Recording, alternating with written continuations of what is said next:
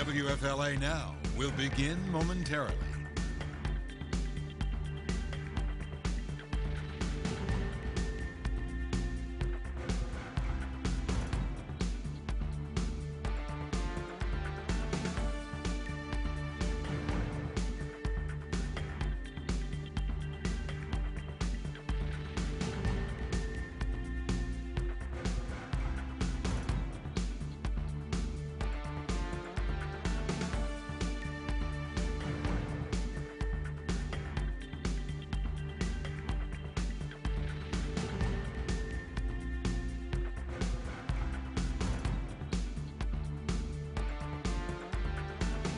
WFLA Now will begin momentarily.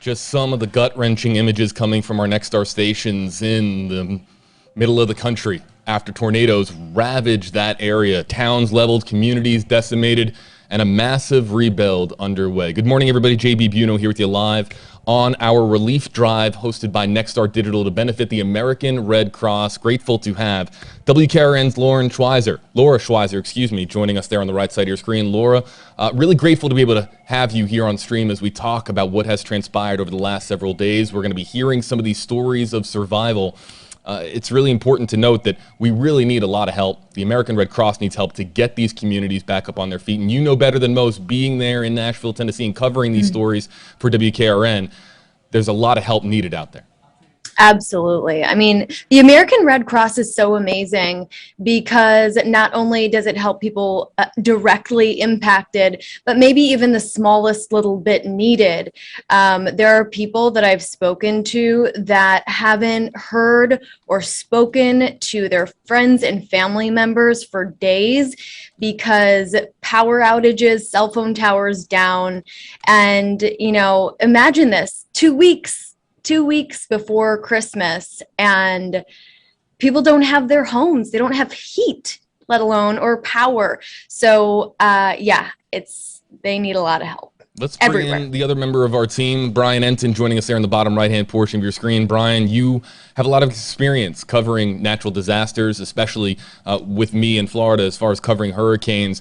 I've also covered tornadoes. You've just covered a lot of different natural disasters. Can you talk to us about your experience, about what this is like for those families? Because you've conducted countless interviews when it comes to talking to people who one day their life was normal and the next they wake up and they look out and they don't have a home or even a workplace to go to.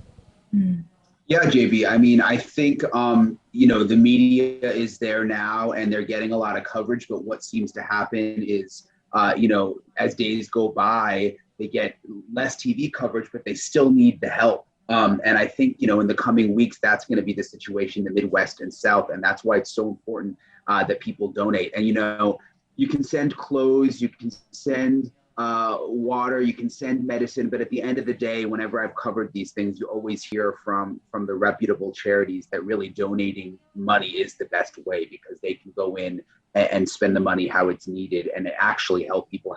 And what's so great about the Red Cross is I think about 90% of what you donate actually goes right to the disaster, not administrative costs and salaries and all of that. It actually goes to the people who need it. So it's so important. You mentioned, we're in Florida, so we've covered like countless hurricanes down here. But this is a whole different animal. I used to live in the Midwest. At least when a hurricane's coming, there is some chance to prepare for days, sometimes a week.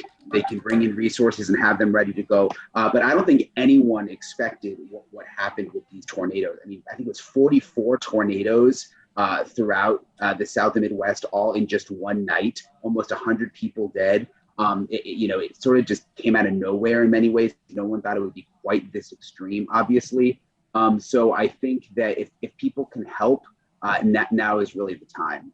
I agree. And what we're doing here, everybody, with Nexstar, of course, the the company that has so many television stations in the impact area. We're all doing what we can to help getting out the word. And we're live right now on Nexstar station apps and websites. And if you're joining us on social media, we would really like for you to click on the link in the description on this video. It'll take you over to your Nexstar station's website or app. You can click on the link, and we have a donate portal to the American Red Cross. It looks something like this. You can join Nexstar Media supporting the American Red Cross and supporting the Southern and Midwest tornadoes. There's different monetary amounts, but you put in whatever monetary amount that you can offer. It's a challenging time of year when it comes to finances. We've been covering stories about inflation going on across the country. We know that you're trying to have enough money to buy your kids or your sister or your brother or your mom or your dad, of course, presents for the holidays. It's a challenging time financially, but it's not anywhere near as challenging for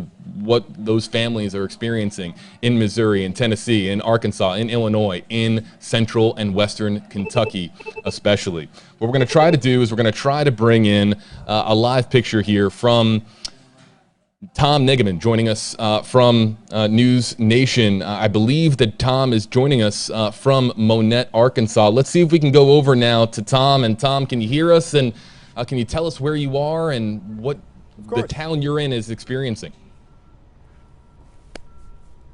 You said it, JB. I'm in Monette, Arkansas, and where we are right now is basically this community's, this area's, northeast Arkansas's ground zero, if you will. This is where the tornado came through. This is an area that suffered a direct impact, and you can see the result. This is a residential neighborhood, right? Torn to shreds, and already filling up with volunteers and utility crews who are trying to set right again what Mother Nature turned. It's really remarkable to see. The tornado came right through here. In fact, people who were on the ground at the time say it was actually multiple tornadoes that merged a short distance from here to become one massive twister. I'm not a meteorologist. I don't know if that's even possible, but that's what they insist they saw. And as we look down this way, I don't know if you can see these gentlemen working down there with the chainsaws and the trucks. That's kind of what we've been talking about. These images range from horrifying to absolutely inspiring and uplifting, and those people are part of the reason why. And so is their company. They're with an area steel company. There are a bunch of them in this area, and the company workers showed up to do their jobs this morning, and their shift boss said to them, okay guys, we got a bunch of brand new chainsaws, mixed gas in your trucks, load them up, get out there, and here's the neighborhood you're going to, showed them on a map, sent them here. And while we were actually live on Morning in America on News Nation for several hours this morning, while we were in the middle of a live report, a phalanx, a convoy of pickup trucks came storming in here right past the position, went down there and went straight to work as they were ordered to, as they're being paid to by Nucor Yamato, I believe is the name of the steel company, that ordered them to come down here today with their brand new chainsaws and all their equipment and help out, lend a hand in the community in which they live, in which they work, and which right now so badly needs help of this kind. So they're back there tearing down trees, clearing away lines, and helping out in every way they can, cleaning up the massive mess that's been left behind by this. It's really remarkable, but that's the norm today. That's what we're seeing all over the place all the time. And I can just take you around the other way and show you more. In fact, I hope you've got time for all this, because we've got a lot to show you. We could go on for quite some time. Just briefly though, I want to show you a couple things that are happening right now. So a series of grain silos over this way, right? You've got 4 of them, massive ones, enormous. I can't imagine how much grain they could hold, what they might weigh, but the lids, the roofs of all 4 are, I guess 5 actually, are lifted right off and scattered in the fields just beyond that, carried an undetermined distance by the tornado Friday night. Right now what they're doing, and I'm not a meteorologist, I'm not a farmer either, but they appear to be offloading, trying to save whatever grain they have, probably going to use it for feed, but you'll see semis coming up one after the other and being loaded up with grain from these silos as they try to save everything they can do, and then once the grain's out, they'll tear those things down, put up some new ones. They're tearing down a lot over here, but actually if you go even further down the road, Peyton, you'll see that there's actually a line of semis, a line of grain trucks waiting to haul all this off. So a lot there. A lot going on all around us here. Actually, let's come back toward the nursing home. And on the way there, I want to show you what's happening just across the road from where we are. Another work crew, and you can see the mangled trees. The tornado came directly through there, tore up a stand of trees, so they're all coming down. You can see one just torn out by the roots. These guys are cutting those up and hauling them all away, and just past that, they're actually burning a stand of them. I don't know if you can see the flames just past the loader there, but I mean, there are fires like that one burning all over the Monette, Arkansas area right now as they clear all of this away. And then just come back this way, and I want to show you sort of our focus, which is the Monette Manor Nursing Home just across the road. You see the Stars and Stripes hanging proudly there. Well, that is the scene of a pretty significant tragedy. A 94-year-old man named Golden Hemry. He's a Korean War veteran, a COVID-19 survivor. He turned 5 on March the 8th, his family tells us. He passed away Friday night. The lone fatality there, one of 2 fatalities in the state of Arkansas that we have confirmed. And Mr. Hemry was being moved.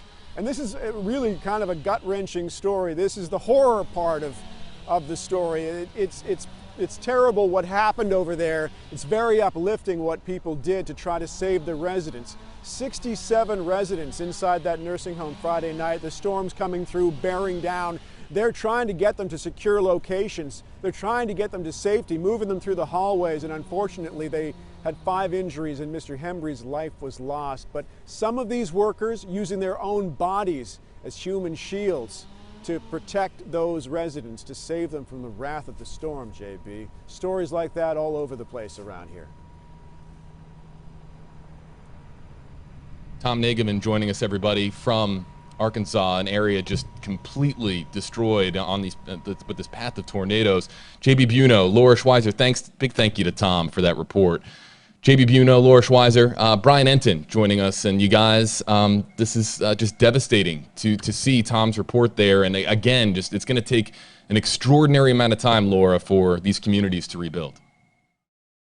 I mean, in Kentucky alone, they're saying weeks, possibly months, just to get back to normal. As we know, in Kentucky, yesterday, the governor there, Governor Beshear, saying 74 people dead. And that's in Kentucky alone. As we know, this tornado, this event happened across 5 states. But in Kentucky right now, over 100 people still unaccounted for, 18 counties impacted. It's just incredible. I mean, the images speak for themselves, really and truly. Brian, I know you have been through some natural disasters, and speaking with some coworkers, even some people, actually a meteorologist in Kentucky in Paducah, he said it was just an emotional roller coaster for him. He wasn't even in the field. What has it been like in the field covering these types of situations? Well, I think what was so interesting from Tom's report that he just did was when he did like the 360 looking all the way around, you can see that the destruction is in every single direction, which I think is what's so significant about this event. I mean, we've seen the drone video and the helicopter video. It's just so bad. It's not just one little isolated area. Sometimes when you cover a tornado, it's one part of town or it's one neighborhood. But this is so widespread, and there are entire towns that are gone. I mean, historical little towns where the city hall and all the businesses downtown are just gone. So this has got to be really difficult to cover. I'll have to talk to Tom about it later, kind of what it's been like behind the scenes, because I can't imagine. You know, it's difficult emotionally because you're talking to people all day long who have lost everything. On News Nation last night, they did a story where the entire story was just interviews with people who had been affected and who basically lost their entire house and belongings. And it was like just person after person after person. And it's just hard to imagine what they're going through, which is why I think if people can help, it's so important because as I said earlier, I mean, people are still sort of in shock right now. You know, they're moving debris around, they're trying to clean up, but it's going to be like 2 weeks, a month, 6 months, a year from now, even, that they're still trying to get their lives together. The places that they go to work have also been destroyed. Where they sleep has been destroyed. They don't have cars. Their cars have been destroyed. Their local grocery store is no longer there.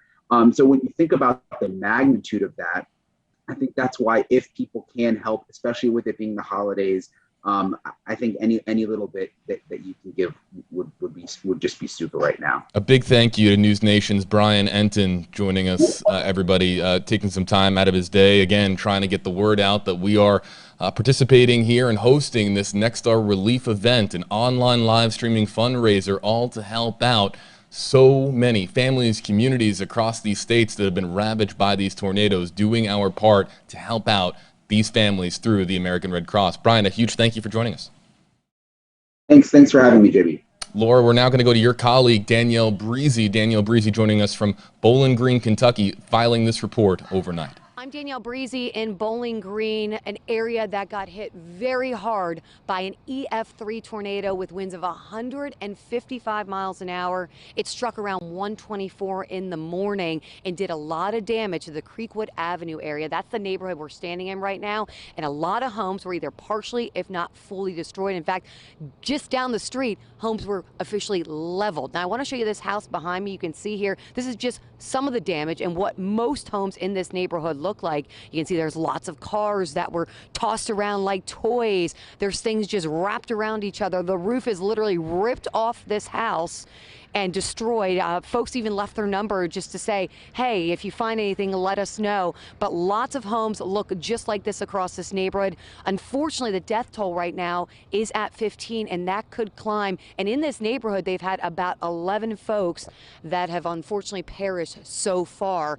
And it's not just this neighborhood, it's lots of neighborhoods across this area that unfortunately are dealing with the destruction, and the recovery process is going to be very long for these folks. And because of that, the Kentucky area schools are now closed until next year.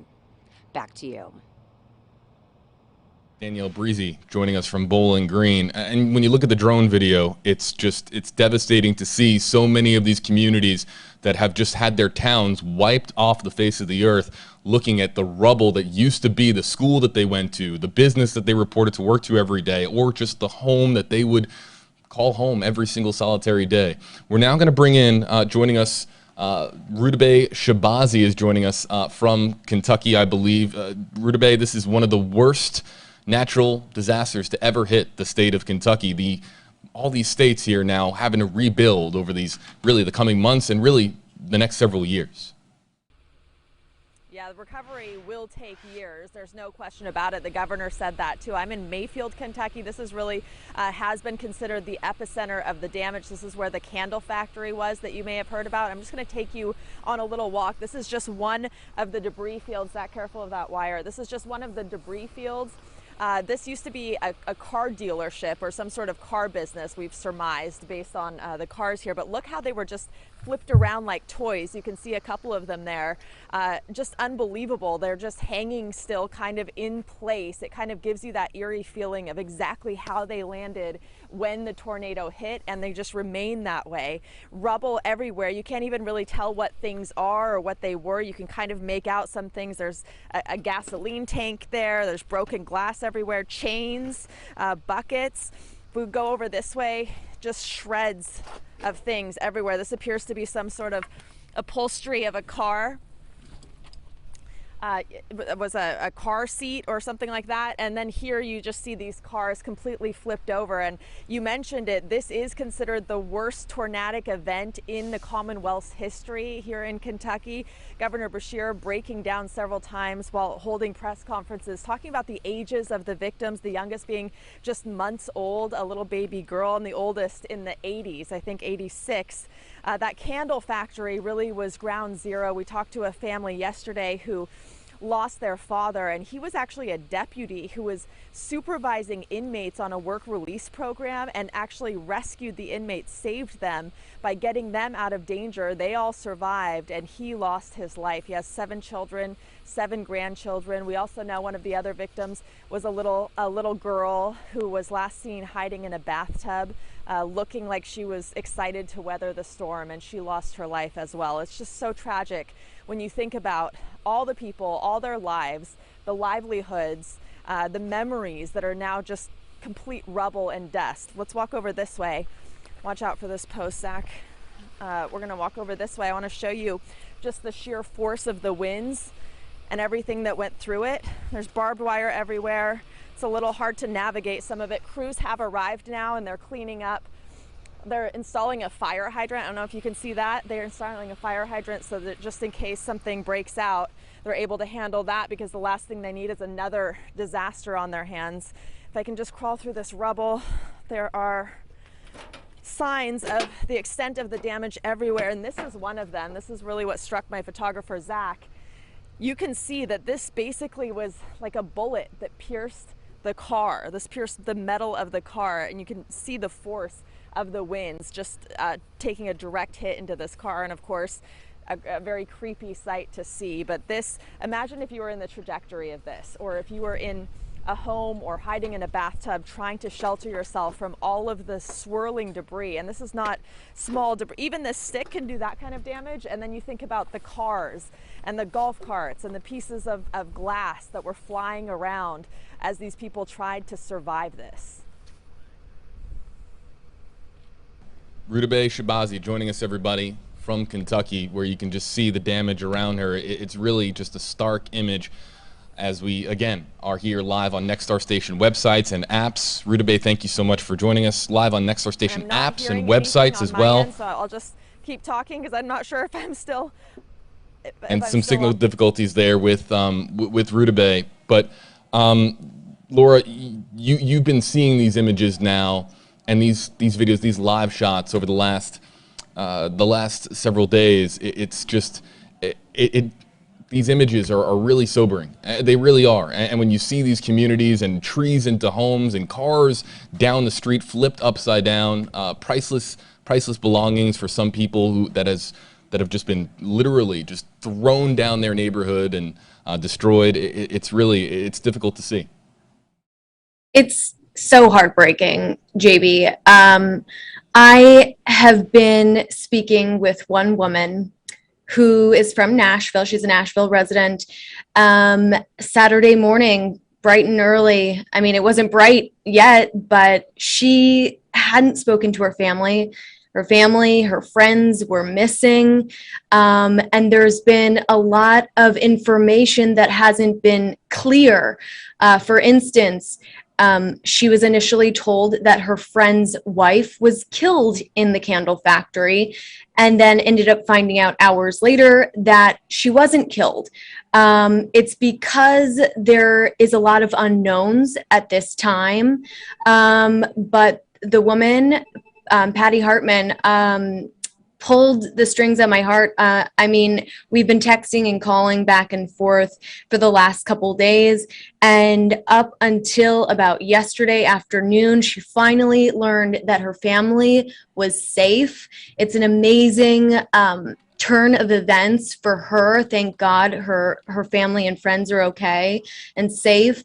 But there are so many who don't have that positive ending, that happy ending, unfortunately. So many affected, but thankfully we're doing this today so that we can raise some funds and raise some money and help all of these people out in the best way we possibly can. Laura Schweizer joining us from WKRN. Let's bring in our next reporter joining us. Chris Renier is joining us from our Nexstar sister station, KTVI. Chris, can you hear us? Hopefully, I think that you might be on mute joining us on the Zoom call. Hopefully you have good signal. Good to see you. And can you kind of tell us some of the areas that you've been covering as far as not just the destruction that's out there, but also the rebuilding efforts that are now underway? And Chris, I think you might still be on mute.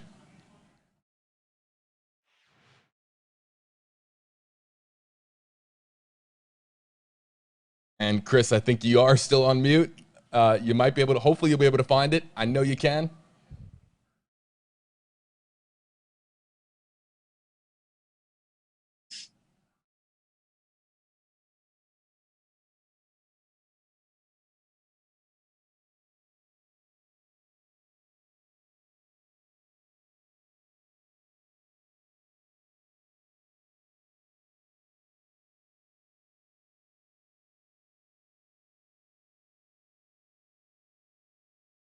Chris, we'll come back to you in a bit. A piece from our, of course, network station, News Nation. Where all this rubble is a dining room. You can hear the roar, my ears popped, and debris started coming through the doorway, and I just dropped down on my knees and covered my head, and it was gone in 30 seconds. It was scary. We, and I mean my dog and I, went in here and shut the door. And this was basically untouched. It shook like crazy. We could feel the wind. The wind was blowing so hard I nearly fell. And got here in the hallway, and we got down over our dogs, and we were both praying. I mean, praying. And that's the only part that didn't fall down. In 07, my house burnt completely to the ground. We rebuilt. Then my husband died in 09, and I had to file bankruptcy and lost everything again. And now I've lost it all again.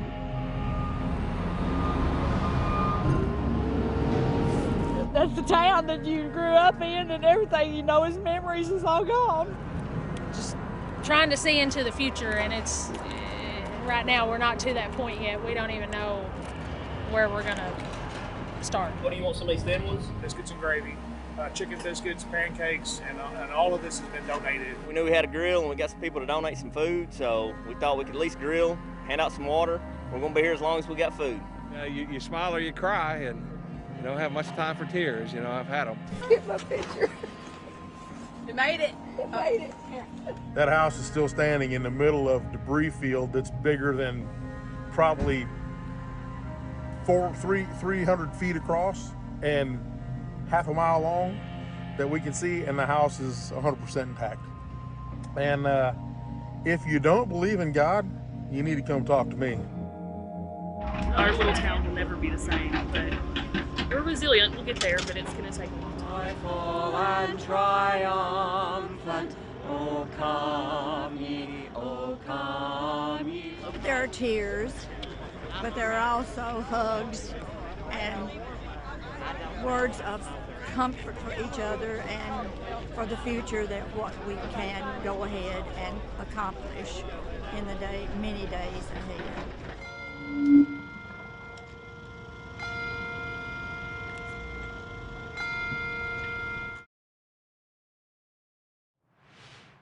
Yeah, powerful images and powerful sound as well. Hearing some of those interviews that have been conducted from these devastated communities. And we're looking at some of the video here in the center of your screen. JB Buno, Laura Schweizer joining us there on the right side of your screen. And I think we just had a disconnect. So let's bring back, Laura, you are there, but we just lost Chris. So what we'll do is we will bring you back. There you are. Laura, just seeing that piece from News Nation, a big testament, of course, to the amazing storytellers with News Nation, the reporters, the correspondents, the photojournalists capturing these images. They are feeling what these families are feeling through doing these interviews, and just hearing. You can see there in the center of your screen, just tears being wiped away by countless people across these states. And what we're doing now is just trying to help in any way that we can. Yeah, I mean, you can definitely feel the human impact here. We may be doing our jobs, but it doesn't take away from the emotion that we feel, that you feel watching this as viewers. As we said, 5 states in total that have been hit by tornadoes. At one point, they were saying one was on the ground for at least 200 miles. In Kentucky, 74 people confirmed dead. That's as of hours ago yesterday. The governor there saying it could be upwards of 80 people, over 100 missing. I mean, these are friends, they're family members, uncles, cousins, and to think that this is right around, look at that. You see the wreath, you see the Christmas tree. This is supposed to be the happiest, most joyful time of the year. And now people are dealing with just everyday issues that, turning a light switch on, taking out the trash. I mean, doing your dishes. People can't even do the basics right now. And it's truly heartbreaking. It really is. And we continue to look at, and you can see there the locator on the top of your screen, just kind of giving you an idea as to where some of these areas are, like Augusta from our sister station, KARK. I mean, look, stuff caught in trees. I mean, people who are finding their clothes, their bedding, caught in tree limbs that have been snapped. It's really heartbreaking to see. We have another reporter to go to now, Fox 8's Kevin Freeman, sharing a story of a family who recorded the moment that they came out of their home and saw everything after the tornadoes ravaged their neighborhood. We were all in a tornado last night, and the house fell on us all 9 of us. Stunned by the destruction around him, Tim Hatzidakis of Lyndhurst makes a video Saturday morning, unable to believe his family survived a powerful tornado that wiped away the 2-story log cabin they were renting in Gilbertsville, Kentucky the night before. This is what's left of the family's new Ford Explorer. It is destroyed. The cars are gone. There were 2 houses here, they're gone. All of our stuff is gone. Tim's family rented the lakeside cabin for a surprise 50th anniversary party for Tim's parents. After a night of dinner and games, Tim's wife Kelly went upstairs to the 2nd floor to sleep. They knew bad weather was on the way, but never imagined what happened next. Tim and his wife Kelly's son, John, records the storm as it starts rolling through with heavy rain, thunder, and lightning. The power to the house that we were in and all across the lake went out everywhere. And I looked at my brother and I said, it's time to get everyone down. Most of the family ran down to a partial basement. Tim runs upstairs to get his wife, who was sleeping. They barely make it to the basement before the massive tornado strikes. And then everything goes dark and walls start hitting us. She gets knocked down. The stairs flip over and land on her back. Everything is dark. Everything is quiet. It happens in a second, a split second. From the time that Tim came upstairs to get me, to wake me up out of a dead sleep, to the time we got to the basement, maybe it was 10 seconds, he saved my life. If I had stayed in that bed upstairs, the tornado would surely have killed me. Both Tim and Kelly were trapped by debris. Most other family members had made it to a concrete corner of the basement, but not everyone. My father was pinned by the washing machine and laying flat on his belly. Before neighbors came over to help, Tim's brother used his cell phone flashlight to help free his trapped relatives. It was miraculous. It was the hand of God. What a miracle that is. And that everyone that we loved in that home with us, our entire family, was saved. A family saved. I would much rather lose a house than lose a loved one, and I know that family thinking exactly the same thing, Laura. So hearing some of these stories, it's of course that moment when you come out your front door, you look out, you don't see your neighbor's house, you don't see that tree that maybe a swing hung from that you used to swing on as a child, you don't see maybe the school or the park, the community park that you grew up going to as a child. You come out, you see just emptiness, you see this devastation and destruction, but fortunately for some of these families, they're able to come out and look around and they're with their loved ones. Now, we do have, of course, a death toll that is much higher than what you would like, and we've had countless families here just experiencing devastation, but there's a story of survival, losing so much, but keeping everything that's precious to you. Yeah, I mean, it could go either way here. But one thing is for sure, I I understand. That's exactly what I think of. I'm finding it hard to find the words because I can't imagine what these people woke up to. I mean, this happened overnight, so it was dark out when everything unfolded. And then as the sun slowly came up, it was as if the damage was multiplied. In one video that we had gotten overnight, a man was walking around with a flashlight, and he was just going by what he could hear and what he could see with the little amount of space that the flashlight could cover. So I think we're all experiencing this shock with everyone, but for those who have memories in these special sacred places that they grew up, it's heartbreaking. It really is. Just incredibly heartbreaking. And what we're going to try to do now is bring in another reporter. Now we're going to go to our sister station, KARK. Claire Kreitz is joining us from out there. And Claire, you have been experiencing, we've been seeing some of the video that you and your team has shot from KARK, and you have been in the middle of this devastation. What has this been like for these families and the community that you're joining us from? You know, it is complete devastation here, but everybody is so thankful that nobody was seriously injured. There were 4 injuries. One woman was taken to the hospital, but nobody's seriously injured. Everybody's expected to be okay. Actually, right now, I'm standing in a house. I talked to the owner of this house. This used to be the front door. This is his living room. He was sitting in this recliner under a wall that you can see right here. When he heard the roar, he had about 5 seconds to make it to his bathroom. And then in that, about 10 seconds later, he looked up and his roof was completely gone. Claire joining us, everybody, from, of course, just one of the ravaged communities. Claire, tell us some of the other stories. I mean, what have you experienced just kind of in your travels as you've gone from community to community? What's some of the other things that you have found that's it's been particularly noteworthy? You know, I think here in Augusta, Arkansas, one of the most inspiring things is that everybody's really coming together to, you know, clean up. I just talked to a volunteer over there. He's from a neighboring town and he's a pastor, but he is out here completely volunteering his time to clean up. He said when he came out here Saturday that the streets were just littered with trees, but now you can drive on them. You know, we've been able to go up and down the streets without an issue.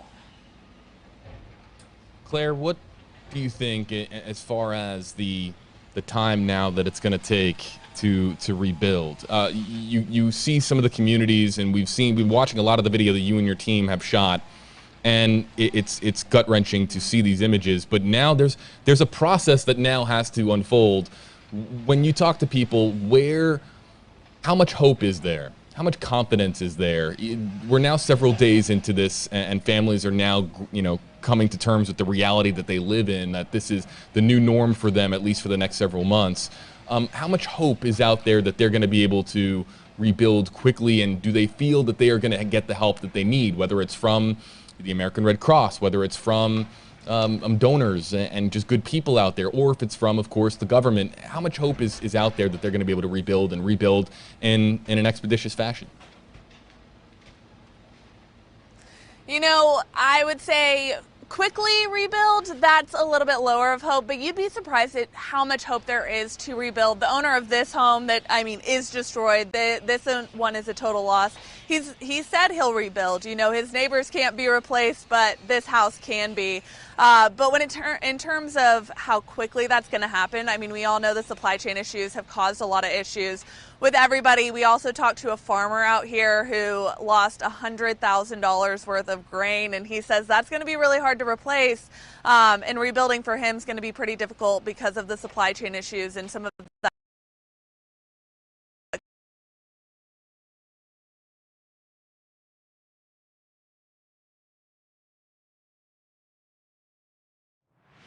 And I believe that we're starting now to lose Claire's shot here. And Claire, if you can hear us, we have We've lost earshot. That, one of the things we haven't talked about, Laura, on this stream is just how much infrastructure takes a hit. Of course, the television live shots that we do, so many of them are powered by broadband internet, powered by cell towers, any which way that we can get a signal out, especially in rural communities. And Claire froze up there, and that speaks to just some of the infrastructure problems that exist right now with limited internet being out there. Yeah, it definitely depicts one out there. As we said before, over 100 people still unaccounted for, and that could be because people are lost among the rubble, among the debris. But personally, someone that I had spoken to, she couldn't get a hold of her family because cell phone towers are down. One of her family members had to drive out to Paducah, and again, you've seen the cars on top of each other, completely destroyed. So he had to find a ride to get out there. So technology, again, is one of those things on the list of things that maybe we take for granted in our everyday lives, just like heat, water, basic things, a place, a shelter above our head. So, yeah. Laura joining us from WKRN in Tennessee, and a big shout out to Laura and her entire team at WKRN. They have been really in the thick of it and bringing us these stories and documenting what has been going on for these families. And the reason that these images are so important and so vital, it's to strike a chord. If it makes you feel uncomfortable to see, a tree come down onto a home or maybe onto a bedroom that was a child's bedroom before, and hopefully that, of course, in that scenario that the family is okay. But if you see these images and it makes your heart sink, that's of course the whole reason here is to bring you these stories and to communicate to everybody out there that there are families in desperate need right now, and the American Red Cross is going to be stepping up to help out so many of these communities that have been decimated by the tornadoes that have struck Kentucky, Missouri, Arkansas, Illinois. We've been showing you video from Illinois as well. These states that were just hit by these historic tornadic activity. So there's the Amazon warehouse. We're not just talking about homes. We're talking about entire places of business, like that Amazon warehouse. That Amazon warehouse, everyone, I think takes for granted now getting 2-day Prime shipping, Laura. Well, it's going to be a long time before Amazon is back up on their feet there, and the community can get back to enjoying the things that they did before these tornadoes. So it's going to take some time, but I know that if there's one thing that's going to help out, it's social media. Social media is going to be used to connect people in all the right ways through various means of communicating. And News Nation's Felicia Bolton is reporting on how social media is already, just days after the tornadoes, already being used to help people get back what they once lost. A tattered photograph of a wedding, a slew of photos from heartfelt moments, a muddy DVD from a 60th anniversary, and a letter posted in 1997, all crumbled by the storm. These items are the remnants of deadly tornadoes. They survived the wind and landed in others' yards miles away. On Facebook, people are posting in hopes of finding the owners of these sentimental belongings. The group, Quad State Tornado Found Items, has more than 44,000 members. And on the ground, neighbors are helping hundreds of people pick up the pieces. I said, I can't do this. I have to go home. I have to help my people if I can. Several groups answering the call in a time of need. In Illinois, the Midwest Food Bank and Salvation Army coming together to provide food. They have 7 semi-trucks filled with meals ready for those impacted. Ohio Task Force 1 quickly deploying a team to the Bluegrass State. The state of Ohio helping Kentucky, our neighbor, and that to me is the bottom line. We are going to help our fellow citizens, and in this case, it's our next door neighbor. Good Samaritans from eastern Kentucky help gather essential items to send to victims. And nonprofit Operation Barbecue Relief pulling together 200 volunteers on their way to Kentucky. The group plans to provide up to 25,000 meals per day. Right now, we're in that first 24 hours of what we call the 72 hours of chaos, of getting on the ground, really starting to see what is happening. what the needs are in that community. Though the tornadoes tore through the heart of West Kentucky, their spirits are not destroyed because help is on the way. We can do so much more together than we can divided, so we need to reach out, to one another.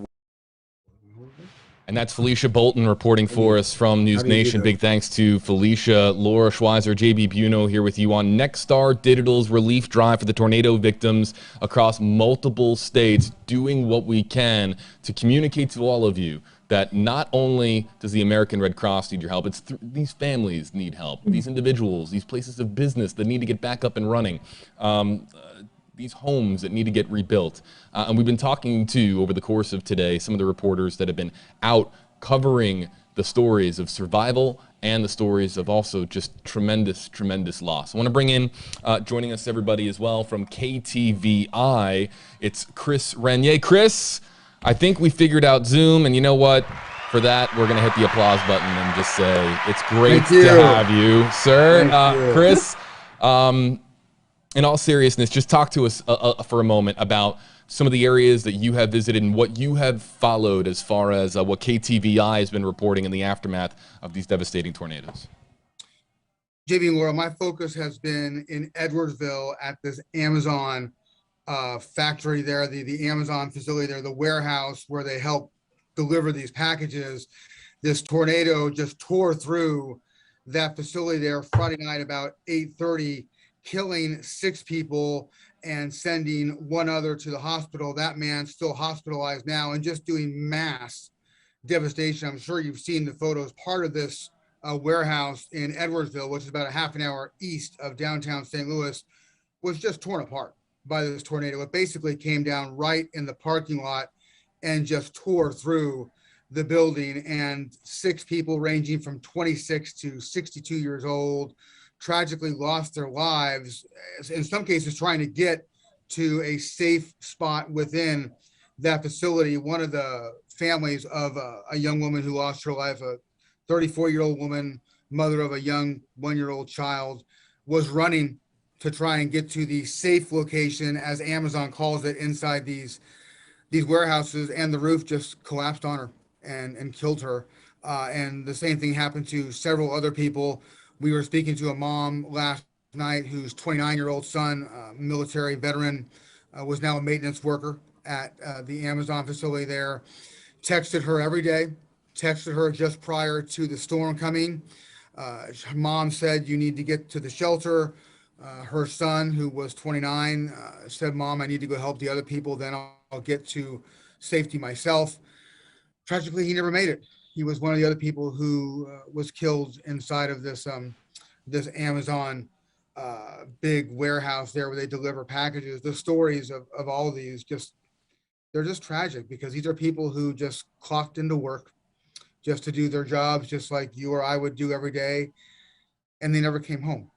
And they never came home because this tornado just comes down literally in the parking lot and just tears this facility in part. There you're in two, basically you're looking at it right there. There it is, right there. The back of this Amazon factory, Amazon warehouse there, just was torn apart by this twister, and these poor people just didn't have much of a chance. It was just it was a horrible scene, as we've seen throughout all these other states. And after covering these tornadoes now for 30 years, and in various markets, you never really get used to the damage and used to the stories. And it's very emotional to hear, because these are families whose lives were torn apart in a matter of minutes. They were literally there. They were doing their jobs. They were filling packages to be delivered, in this case from a Amazon warehouse. And they just got caught in a situation where they were not able to get the shelter in time. And they leave behind families, children, parents, loved ones, who now are left really empty-hearted, and in some cases, just from a practical standpoint, without one of the money earners for their family. But much more than that, it's just a tragedy for all these families trying to endure this. I mean, how do you tell young children that their mother and their father, in some cases, are not coming home, even though they just went to work to fill packages at Amazon? It's tragic any way you look at it, Lauren, JB. It's moved me in the past few days covering the situation, because these are folks who were doing nothing more than just their jobs and trying to make a living for their families, trying to do the right thing. And they simply were not able to get to this location in the warehouse, which would have given them some shelter. This particular warehouse did not have a basement. It would just had a shelter in place location there. And so the people who got to that shelter in place location, generally speaking, were okay. And the folks who didn't weren't. And that's the hard and incredibly tragic truth of the matter. You know, that's so heavy to hear about, because we heard the same thing in Mayfield, Kentucky, of people at that candle factory. Yep. And again, they were just trying to do their job. There was another corrections officer that inmates were working at the candle factory. I don't know if you heard this. Yeah. Mm-hmm. And he passed away just trying to help the inmates who were working there. I mean, these stories of devastation, it's countless amounts of people who have been hard hit. And it's just, and think about their web of people that have been impacted by those who have been killed or injured, or their house has been damaged completely. The span of people who this impacts is much larger than we can even grasp. Oh, and I totally agree, Laura. And in the case of that corrections officer, that's even more tragic, because he had, if I'm not mistaken, he had several children who he was providing for too in Kentucky. And as you say, he was trying to do outstanding work with these inmates, and those people just didn't have a chance. I mean, the candle factory just exploded. And in the situation here with the Amazon warehouse, this particular young man, 29-year-old young man, I believe his name was Cole. We were speaking with his mom last night, and she's trying to be strong for the rest of her family. And I think in some ways there's still a sense of shock, even though it's been a few days. This was Friday night when this happened. But these are people who clearly had close-knit families and loved each other unconditionally and completely.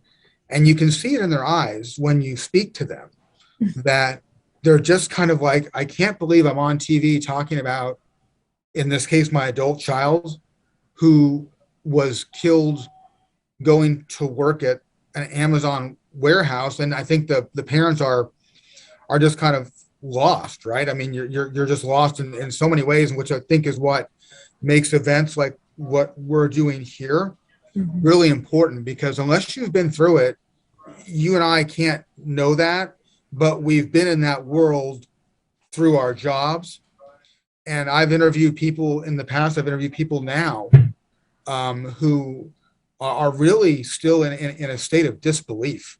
Chris, this honestly happened. So. Chris, we were talking off stream at one point recently in the aftermath of this, that the big difference between the two most prominent natural disasters that hit our country for the most part. I mean, earthquakes will happen every now and again, but we get rashes of tornadoes across the Midwest, and then in the Southeast and sometimes the Northeast as well, you get hurricanes. Now, the big difference between a hurricane and a tornado is that you get way more notice with a hurricane. It's more of a slow build throughout the Atlantic and into the Gulf and wherever it's building up momentum and building up strength.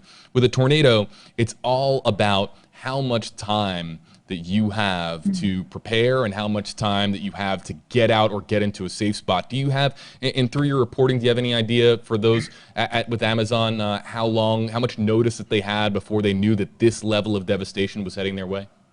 11 minutes. That's the presiding estimate at this point by trying to put together a timeline. And that's not a lot of time. There was a lot of time, but you're talking about a 1.1 million square foot warehouse here. No, So I think what I'm saying is though, I'm saying that 11 minutes is not a lot of time. I mean, that's Yeah. a very short amount of time, a short window that you have to make all these necessary decisions to do what you can to stay safe. And 11 minutes will go by very, very quickly. Yeah, and that's kind of what I was getting at earlier, where you have that mom, JB, who is literally running through this warehouse with her cousin, I believe, another family member who also worked there, trying to get to a safer spot. Her cousin made it and she didn't.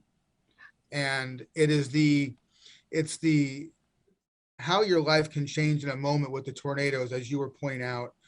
That's what makes these so incredibly frightening, not to mention tragic, because your life changes in a matter of seconds. For these people, they had 11 minutes, but 11 minutes, as you're pointing out, JB and Laura, that's nothing when you're trying to get to a spot and be safe. And then in this case, it's not as if the tornado was on the ground for a while and these people knew the path. The guesstimations, and I say guesstimations because we're still trying to put all this together, but the Amazon people were telling us yesterday that it's their belief that the tornado literally came down in the parking lot of that facility and then just basically tore it in half. So yes, they had 11 minutes from when the tornado warning was issued to when it hit that facility. But in that period of time, as they're racing to this area, this safe location, this tornado basically comes down right on them. I mean, that's the best way to put it. It literally came down right on them. And if you can see your screen there, the part of the building that is gone is basically the southern portion of this huge 1.1 million square foot warehouse, and the back end of it there, the north part that's still standing with still intact kind of, that is the part of the building where that safe location was. So again, those who got there had a lot better chance than those who did not. And if I could just add, we also spoke last night with a gentleman who was airlifted out of there and survived. He was underneath a huge concrete wall for 3 hours inside that facility before they could get it off him.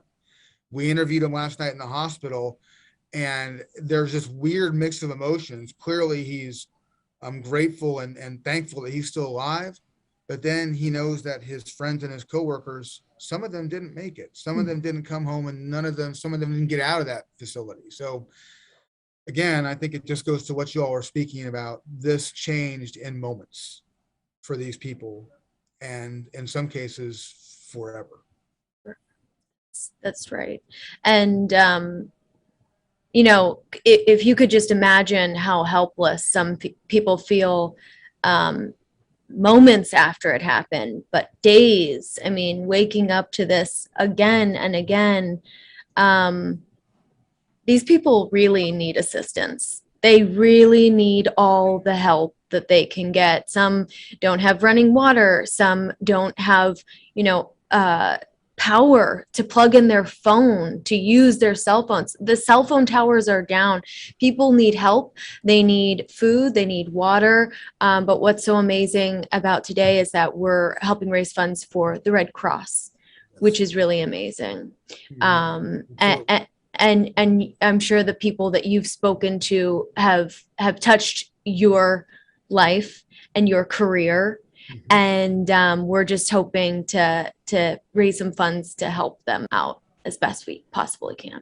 Absolutely. It's critical. If I could just draw on my past experience too, I've covered 2 different EF5 tornadoes, one in Moore, Oklahoma, where scores of people were tragically killed and scores were left homeless and everything else you can possibly think of. And at that moment, after you get over the initial shock of, oh my goodness, what just happened? And I'm thankful to be alive. In some cases, I'm crushed because my loved ones aren't alive. But as you were saying, Laura, you need assistance in a practical, tangible way. Right. And that's what the Red Cross and events like this one can help do, because that's the only thing that can help these people. For example, in Edwardsville, the Red Cross has been there ever since it happened. And the Salvation Army, the Red Cross has been there on site, feeding first responders who were basically working around the clock, especially at the beginning, trying to, for lack of a better phrase, dig people out and make sure that they could get out. And now, a couple days down the road, Red Cross hooking up with families who need assistance, who've been impacted by this. So this group, the Red Cross, in my 30-year career, I've seen it way too many times, but it's the one thing at these scenes that is helpful to people when their whole lives have fallen apart. It's that the Red Cross can come in and say, how can I help you right now? Chris And that's Renier how joining this- us from this Fox helps. 2 out of St. Louis. And Chris, we really appreciate you and appreciate everybody from Fox 2 and fox2now.com. Chris, before we let you go, what are some of the storylines that you're going to be following up on as these areas begin the rebuilding process? Well, in Edwardsville, there's two different investigations going on now. One by OSHA, the Occupational Safety and Hazard Health Administration, and another one from the state of Illinois, looking into whether or not there were any safety issues in question at that Amazon warehouse. I think that's the first question, was everything the way it was supposed to be in terms of safety rules there? Amazon claims they did everything they could. I don't think there's anything to prove otherwise at this point, but those are two things that we will definitely be following up on from the more practical matter of just where these investigations stand. And then on the human front, I think it's how did these families who have lost loved ones move forward, just, for laying their loved ones to rest, but also how this community, as it always does, and how so many do, come together to wrap their arms around them, because those are the stories that need to be told, because they help inspire people and they help those folks who need it. So there's the practical branch, kind of the newsy branch, if you will, for where these investigations go, and just kind of the nuts and bolts of where this investigation goes. And then there's the human end for these families of how they move forward as well. Big thank you to Chris Renier joining us, everybody, talking about what was just these devastating images to come from that Amazon facility in Illinois. And Chris, we appreciate you joining us. We, of course, have seen so many in the social media comment section asking about what is the White House going to do? What is the Biden administration going to do? The federal government going to do as far as assisting these communities? President Biden, of course, going to be visiting some of the hardest hit areas in Kentucky on Wednesday. And for more on that, here's Allison Harris. Whatever they need, when they need it. President Biden promising the full support of the federal government for the tornado-ravaged Mid-South as he prepares to travel to Kentucky tomorrow. With each passing day, the human impact of this devastation is just the depth of the losses are becoming more and more apparent. The president pledging help on everything from clearing debris to reopening schools to ensuring homes will be rebuilt. As he continues to be briefed by Homeland Security Secretary Alejandro Mayorkas and the FEMA administrator upon their return from the path of the storm, where search and rescue teams and volunteers are hard at work. We know many of these communities don't have power yet. They don't have phone communications or internet, so they can't reach us. And so we want to make sure that we're coming to them and helping them register. The president's spokeswoman outlining the outreach by the numbers. Dozens of generators, 30,000 meals, 90,000 bottles of water, 4,500 blankets, 2,100 cots, and other critical commodities to Kentucky to help families in need. Kentucky's own Senate Minority Leader Mitch McConnell praising the president's rapid support in the wake of the devastation. Kentucky has been devastated, but we have not been defeated. Kentuckians are resilient people who will stay strong and united through the crisis. President Biden, who campaigned on empathy, expressing Monday it's the mental health of these storm survivors that worries him most. That's what worries me most, the uncertainty. So we just want them to know that we're going to stay as long as it takes to help them. Back here with Laura Schweizer from KRN. I'm JB Buno, WFLA Now. Grateful to have, if you're watching right now live, grateful to have you with us. We are trying to do everything that we can to just shed some light on what has happened in the center of our country, in the heartland, because these images are devastating. These families have been just had their worlds quite literally turned upside down. And again, just showing you some of these images and hearing from some of these officials to paint a picture as to what is reality for these people going forward. Laura, I'm really grateful that that the piece there from our own Allison Harris, including President Biden talking about mental health for these folks in Kentucky, in Tennessee, in Missouri, the folks in these hard hit areas. That's an important part of the conversation, and one that cannot be neglected. What these families have to deal with now as they come to grips with this reality, and this week especially come to grips with this reality that their lives are forever changed. Yeah, forever changed. I mean, can you imagine that? Overnight, Friday night and Saturday morning, your whole world is, like you said, turned upside down. Tennessee, for example, in case you didn't know, was hit by a tornado in 2020. So there is a town here that has cleaned up several times in the last 2 years from storm damage. You would think that they are completely devastated, but what's really and truly amazing, it's called volunteer state for a reason. Everyone's helping each other out. It's really brought some communities together. One man was doing his laundry at another person's home.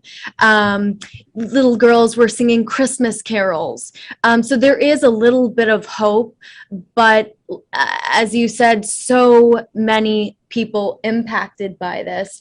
10 total tornadoes touched down in Tennessee, and over 150,000 people without power. So in case your house wasn't fully demolished, like many people were across the heartland, as you said, tens of thousands of people without power. 9 counties in total here in Tennessee were hit, and 4 people were killed. Now, that's somewhat pales in comparison to Kentucky, which is our neighbors to the north. 74 people confirmed dead, the governor says. It's just really terrible. But there is some hope underneath all of this tragedy, not only through the funds that we're raising today here in this program for the Red Cross, but just among the people who are going through this at this time. Earlier I spoke about a woman who lives in Nashville. She grew up right outside of Mayfield, Kentucky, and her family and friends were missing for days, some for hours. She couldn't hear because of, she couldn't speak with them because of cell towers being down. And these small little bits of what we maybe take for granted in our day-to-day lives, just torn apart from these people. It's really terrible. My heart truly goes out to those who are unaccounted for. That's over 100 people in Kentucky at this very moment. Hopefully we're going to hear from the governor of Kentucky again here soon. He gave 2 press conferences yesterday, but 18 counties there impacted. And, you know, this is the season of giving. 'Tis the season, right? It's Christmas time. No one wants to be in the dark. No one wants to be dealing with this tragedy at this time. So the least that we can do if we were not impacted, or maybe if we have been, we can give back to those people. This is our time to shine. This is our time to really and truly give back to the heartland, show our love and gratitude. Couldn't agree more. And everyone can find that extra $10, that extra 20, maybe if you're more fortunate, that extra 50 or 100, just trying to do what you can and donate to help someone in need. And this time of year, as Laura is noting, can you just imagine having your Christmas tree completely set up, all your lights around your house, and being really proud of what what you and your family have set up for Christmas for holiday time, and then maybe the next day or a week later having a tornado rip through your neighborhood. You went from having a beautiful house for Christmas to having no house at all. That's the type of story that we're talking about. And I see, we have a lot of commenters, and we haven't really talked about the social media component of our live streaming. What we do on WFLA Now and what we do with Nexstar live streaming is we try to feature some of the comments that we have out of the comments section, including, hello to YouTube, our big YouTube audience. I hope everyone's doing well out there. I see Kelly Voigt saying hashtag HeyJB. I'm from Kentucky, now living in Florida. My heart breaks for my state, seeing all these pictures. But what is amazing is seeing the country back them up. Hashtag Kentucky strong, hashtag undefeated. And that's the type of mentality. Before we let you go, Laura, because we know that you have a newscast to participate in here shortly, that's the hashtag Kentucky strong, hashtag undefeated. These are the types of, that's the rallying cry that is going to be needed for these communities to get back up on their feet sooner rather than later. Yeah, absolutely. And these people, they're going through such a tough time that we've got to find it in us to be strong and rally for them. And the best way that each of us can help out, again, is by giving to the Red Cross. They can tailor the needs of each and every community and community member and figure out the best way to spend that money so that your efforts are really are going to go to something very good and needed. For our audience joining us, everybody from the Nashville area, catch Laura coming up here in her upcoming newscast. Laura, great to work with you, and great to be able to hear some of your reporting on behalf of WKRN. Great. I've been to WKRN, great station over there, incredible staff, and just appreciate your time here with us today. Yeah, thank you so much, JB. Yeah, we're going to check in now with Kay, and we're going to go now west to Arkansas to KNWA. Samantha Boyd is talking about the American Red Cross and now the relief efforts. The American Red Cross launching a major initiative to help out the victims of these terrible tornadoes. It's been just days since devastating tornadoes tore through Kentucky, leaving many without their loved ones or their homes just before the holidays. We are big on helping one another, neighbor helping neighbor. Sergeant Major Lance Nutt is the CEO and founder of Sheepdog Impact Assistance. He said the Northwest Arkansas volunteers are joining the Kentucky and Tennessee chapters that arrived in Mayfield, Kentucky on Sunday. When you live or are blessed to live in a community like Northwest Arkansas, you appreciate the need to go out and help others that aren't as blessed as we are. These are some of the photos of the volunteers beginning their work in Kentucky. Sergeant Major Nutt says this phase 1 is mostly helping to clear debris. Then they'll move on to repairing homes. It's kind of that idea of handing in your rifle from the military and picking up a chainsaw or a shovel. Noting that the volunteers are all veterans and former first responders, trained to step in during the most tragic times, just like right now in Kentucky. They've all experienced some of the worst. They're trained in managing and dealing with chaos. Especially when it comes to the potential for loss of life and the trauma that's involved in serving communities in need. So the men and women that we are sending into these communities during disasters are trained in chaos and disaster and are prepared for it. The American Red Cross, we're partnering with them here at Nexstar to get the word out and try to find as many people out there that are willing to help out in a time of desperate need. The American Red Cross already on the ground, you see there, doing what they can to help. And sometimes that initial help, not in the days or weeks after a disaster hits, but in the hours after a disaster hits, can be the most precious moments for a family. We talked about mental health.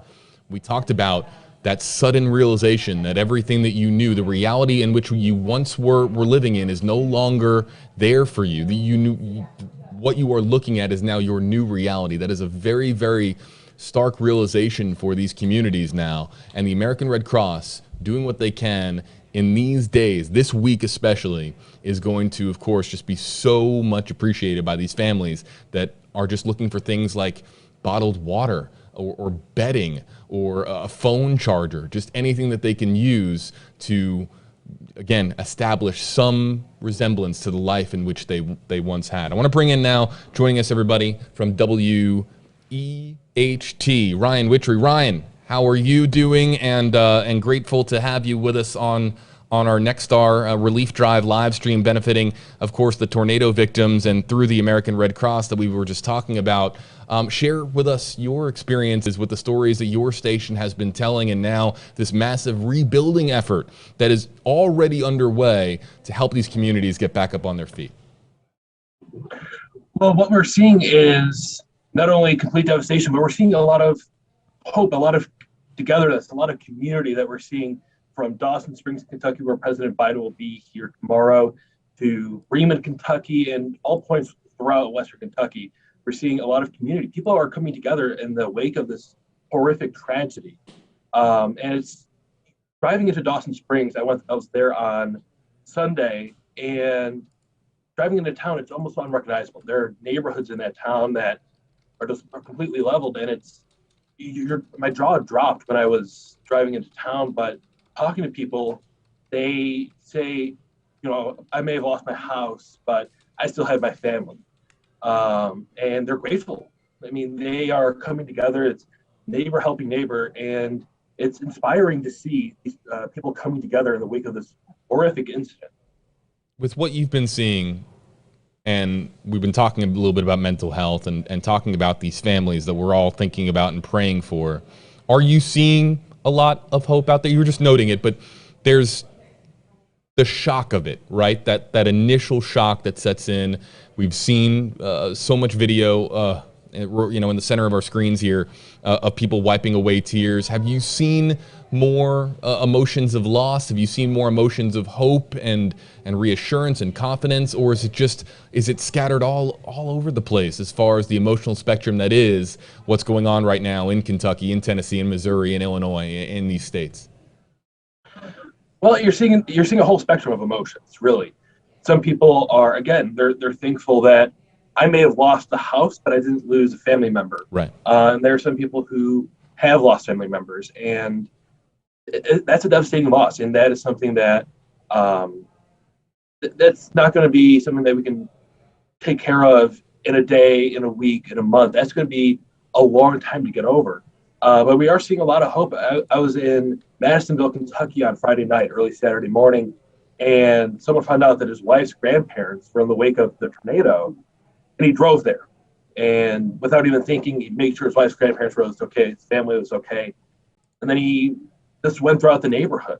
And I think those are the stories that we're seeing a lot of, are people who, in the wake of this tornado, in the wake of these storms, are coming together to help one another. That's what I'm seeing the most of. People are sad, people are devastated, obviously. But we're seeing people that are coming together in the wake of this tragedy. Driving into Kentucky, there's the motto, unbridled spirit. And we're seeing the unbridled spirit of Kentuckians coming through in this moment. And it's been really inspiring to see over the past couple of days. We're, of course, following some of the social media commentary that is out there and checking in on Facebook comments and YouTube comments. One of the YouTube commenters was just talking about shelter. Is shelter something that is readily available for folks that are in desperate need of it? I mean, it's been several days now since the tornadoes, of course, made it. You would hope that everybody has a roof over their heads as far as where to sleep at night. I was in, again, Dawson Springs on Sunday, and I stopped by a church, First Baptist Church there in Dawson Springs, and they actually had a food drive, clothes drive, but the reason why they came together was they had a parish life center that was untouched by the storms, and they were cleaning out the showers so people could stop by there. Once they got a generator somewhere they could keep the heat on. Again, we're 2 weeks till Christmas, and we are seeing some places that are opening up for people. There are options out there, and there's options for food, water, everything else. The thing that people need right now is power. There's a shortage of generators. Have to power those generators. That's what we're seeing the need of most for now is generators, power, and then money to help set up the long-term rescue efforts. It's just I'm just thinking of all the people that need those basic necessities, right? And the American Red Cross. What have you heard as far as, or maybe perhaps you and your team seeing the American Red Cross and how they have been deployed on the ground, and this is what they are. This is their bread and butter. They don't want to see these tragedies unfold, but when they do, the American Red Cross is, of course, prepared. So can you speak to what kind of American Red Cross deployment that you or your team at your news station has seen out there? Well, what we're doing here at WHT, we are partnering with the Red Cross and a couple other local media outlets here in the area. We're doing a Tri-State Cares event later on this week, help raise money, raise whatever we need, help out the Red Cross, helping out our communities here in the Tri-State area, especially there in Western Kentucky. That's coming up later this week. And we're looking forward to that. I mean, we really do care about our communities here. These are good people. And again, the thing I just keep thinking about is these people going through and helping out their neighbors, not even helping out their neighbors, strangers even, going through and they don't know what their situation is, but they're going to get through this, and they're going to get through this together with their neighbors. And it's an honor for me to be able to say that we're partnering with the Red Cross later on this week to help people out here. Yeah, a great effort by your station. Again, WEHT, Ryan Witry joining us, everybody. Ryan, before we let you go, what are some of the stories that you are going to be following up on and your station?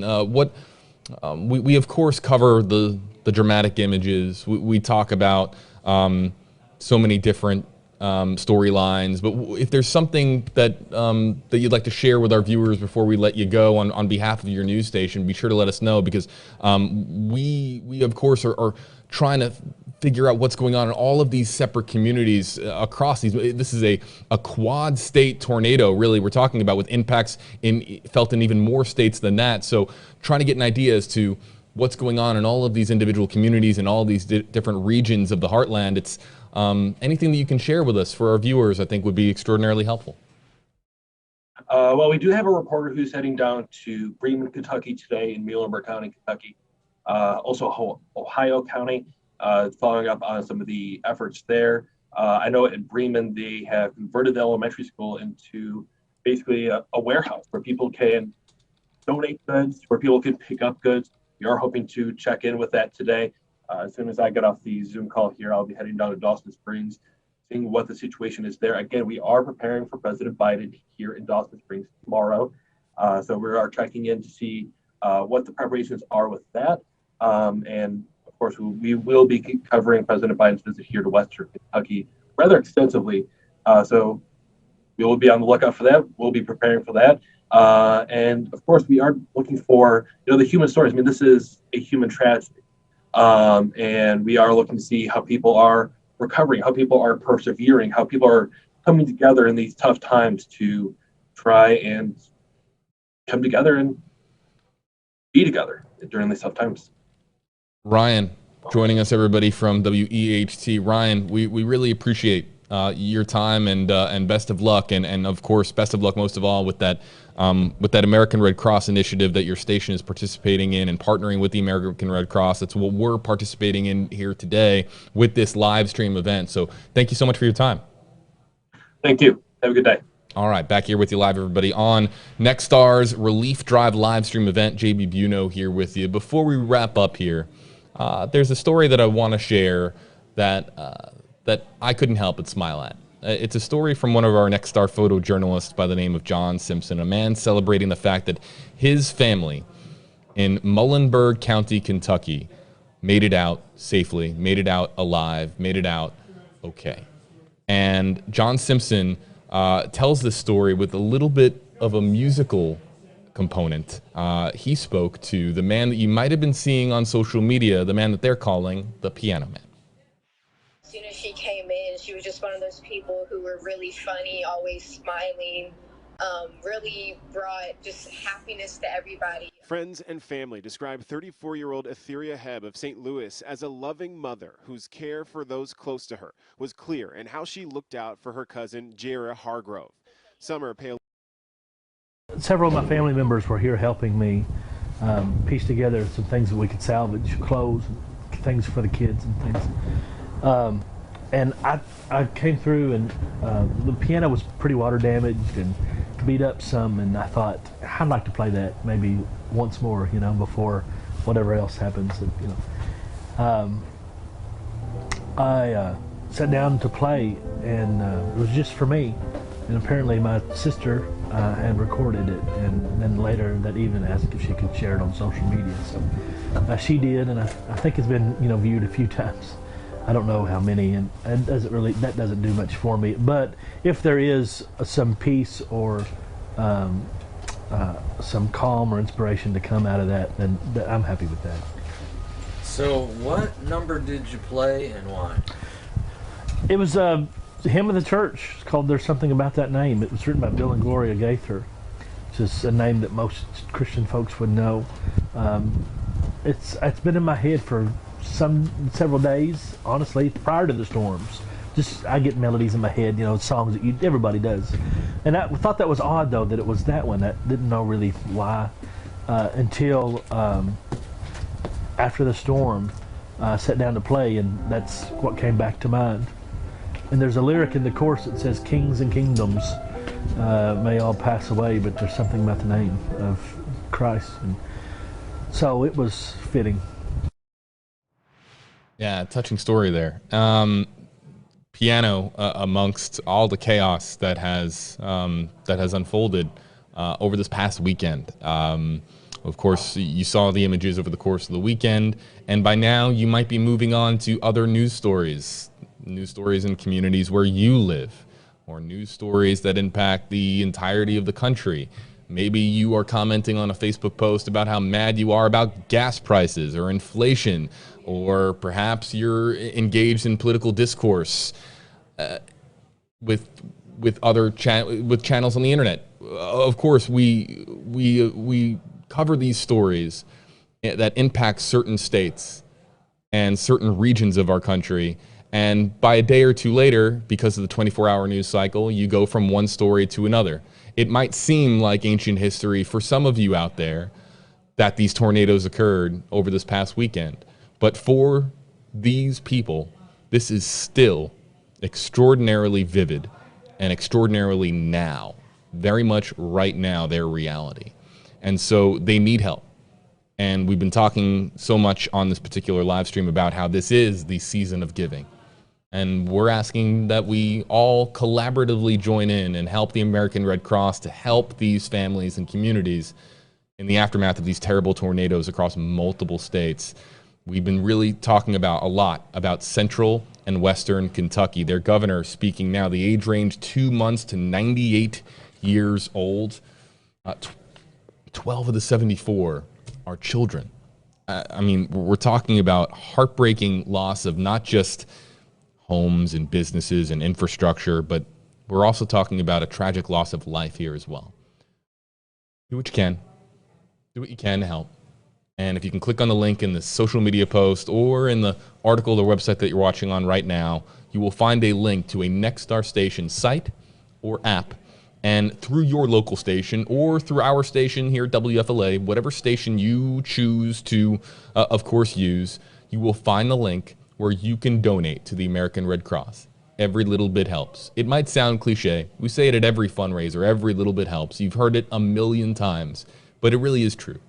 And if you can give a little bit, perhaps your fellow neighbor will, your fellow commenter here on this live stream, and we pool enough money together to do something and make a difference. Make a difference at a time of year where families are supposed to be together, not ripped apart. So we'll continue, of course, to report and tell the stories, the emotional stories, the hopeful stories, the stories of rebuilding, the stories of coming together, the stories of unity. And we'll continue to tell these stories on our Nexstar station websites and apps. And we'll ask, of course, that you continue to care about what these families have experienced. So you can click on the link on our Nexstar station site or app. You can also do it on the social media post. It'll take you over to one of those articles. And then, of course, you have this portal right here. You'll see this. Nexstar Media Group Incorporated. Join Nexstar Media in supporting the American Red Cross. You can choose your monetary amount, whatever you can give. Everyone's finances are different. Whatever you can give, just a little bit helps. And it might be 10 minutes out of your day to watch this live stream and then head over to the site and input your information. It might just be $10, but it's doing a little something to help, and we hope that you can. I'd like to thank everyone, Laura Schweizer, Brian Entin, Ryan Witchery, Rutabae Shabazi, Tom Negavan, just the countless number of Nexstar reporters, correspondents, journalists, photojournalists that have been bringing us these unbelievable, gut-wrenching images from these states. We really have to thank every one of them from all of our Nexstar sites out there. that have joined in as far as telling these stories and giving us a very harrowing account of what has occurred in all of these states ravaged by these tornadoes. You can find more stories on the Nexstar website or app that you're watching on, or if you click on the link in the description on the social media post, it'll take you over to your respective site, and then you can find all the stories and all our coverage of what has happened in Kentucky, in Missouri, in Arkansas, in Illinois, all of these states. And we hope that you'll continue to follow us here online as well as we continue to tell these stories digitally. Thank you so much for watching, everybody, and appreciate all of your time here on Nexstar Digital's Relief Drive, benefiting the American Red Cross and the Southern and Midwest tornado victims.